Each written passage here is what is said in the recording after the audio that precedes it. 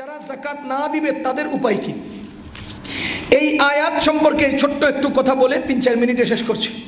আল্লাহ তাআলা বলেন, ওয়াল্লাযীনা ইয়াকনিজুনা আয-যাহাবা ওয়াল ফিদ্দা, যারা সংগ্রহ করে আয-যাহাবা স্বর্ণ, ওয়াল ফিদ্দাতা রূপা, ওয়ালা ইউনফিকুনাহা ফি সাবিলিল্লাহ, আর এই স্বর্ণ রূপা অর্থাৎ টাকা পয়সা, এই সম্পদ যারা এগুলোকে কি করে কুক্ষিগত করে, পুঞ্জীভূত করে, জমায়েত করে রাখে, ওয়ালা ইউনফিকুনাহা ফি সাবিলিল্লাহ, আর যাকাত ঠিকমতো আদায় করে না, আল্লাহ বলেন ফাবাশশিরহুম বিআযাবিন আলীম, তাদেরকে কষ্টদায়ক বেদনাদায়ক আযাবের সুসংবাদ দিন।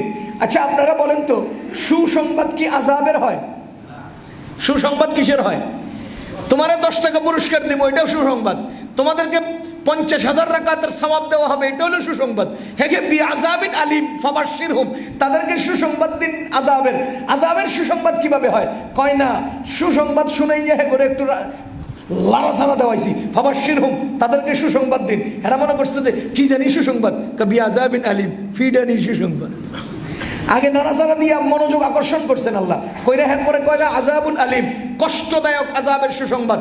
এরপরে আল্লাহ কি বলেন, ইয়াউমা ইউহমা আলাইহা ফি নারি জাহান্নামা, আপনার ব্যাংকে রাখা সম্পদ, আপনার ব্যাংকে রাখা সম্পদ এগুলোকে কিয়ামতের দিন নারি জাহান্নামা, জাহান্নামের আগুনের মধ্যে উত্তপ্ত করা হবে। জাহান্নামের আগুনের মধ্যে উত্তপ্ত করা হবে। কিসের আগুনে? দুনিয়ার আগুনে না, ফি নারি জাহান্নামা, জাহান্নামের আগুনে উত্তপ্ত করা হবে। ফাতুকুয়া বিহা জিবাহুহুম, এরপরে এই সম্পদ দিয়ে কপালের মধ্যে একটা সিল মেরে দেওয়া হবে। এরপরে কি ওয়া জুনুবহুম, এবং এই দুই পাশে দুইটা সিল মেরে দেওয়া হবে। ওয়া যুহুরহুম, পিঠের উপরে একটা সিল মেরে দেওয়া হবে। আপনারা বলেন তো, কিয়ামতের ময়দানে আমাদের সবার গায়ে রেশমি কাপড়ের পোশাক থাকবে? কি থাকবে? কন না, উলঙ্গ থাকবো। বলেন উলঙ্গ থাকবো, উলঙ্গ থাকবো। এবার বলেন তো, কপালে সিল দেবে, দুই পাজরে সিল দেবে, পিছনে সিল দেবে। একটা মানুষের দিক কয়টা? 4টা। একটা মানুষের দিক কয়টা? তো সামনের লোকেরা দেখবে কপালে সিল, ডান পাশের লোকেরা দেখবে এই পাশে, বাম পাশের লোকেরা দেখবে এই পাশে, পিছনের লোকেরা দেখবে এই পাশে। ফাতুকুয়া বিহা জিবাহুম ওয়া জুনুবহুম ওয়া যুহুরহুম, পিঠে কপালে দুই সাইডে সিল মেরে দেওয়া হবে।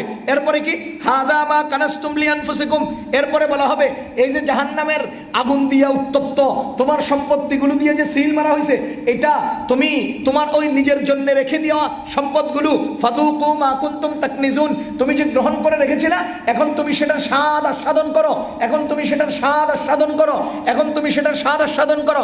আপনারা বলেন, দুনিয়ার সামনের লোকগুলো কপাল দেখে বলবে এই বেটা যাকাত চোর, এই ডান পাশের লোকগুলো এই পাশ দিয়ে খেয়ে বলবে এই বেটা ছিল যাকাত চোর, আর পিছনের লোকগুলো পিঠের সিল দেখে বলবে এই বেটা ছিল যাকাত চোর। আজকে দুনিয়াতে যাকাত চোরের অভাব নাই, কিন্তু যাকাত চোর দেখা যায় না। কিয়ামতের ময়দানে এই সিল দেখা মানুষ চিনে ফেলবে এরা ছিল যাকাত চোর। বুখারী শরীফের একটা হাদিস আছে, রাসূল করিম সাল্লাল্লাহু আলাইহি ওয়াসাল্লাম বলেন, যে ব্যক্তি তার সম্পত্তির যাকাত দেয় না, ওই ব্যক্তির সম্পদগুলো একটা মস্ত বড় সাপ হবে, সাপ আজদাহা সাপ হবে।